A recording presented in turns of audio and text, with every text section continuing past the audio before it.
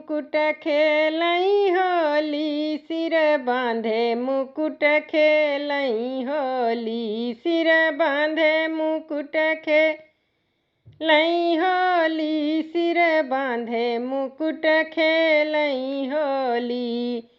पहली होली कैलाश पे खेलई, पहली होली कैलाश पे खेलई, शिव और शक्ति की है जोड़ी, सिर बांधे मुकुट खेलई होली, सिर बांधे मुकुट खेलई होली, सिर बांधे मुकुट खेलई होली।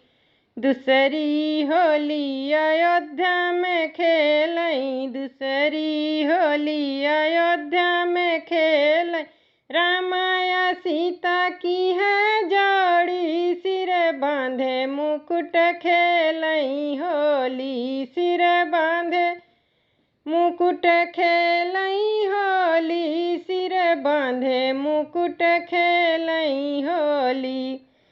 तीसरी होली मथुरा में खेलई, तीसरी होली मथुरा में खेल, राधा या कृष्ण की है जोड़ी, सिर बांधे मुकुट खेलई होली, सिर बांधे मुकुट खेलई होली, सिर बांधे मुकुट खेलई होली।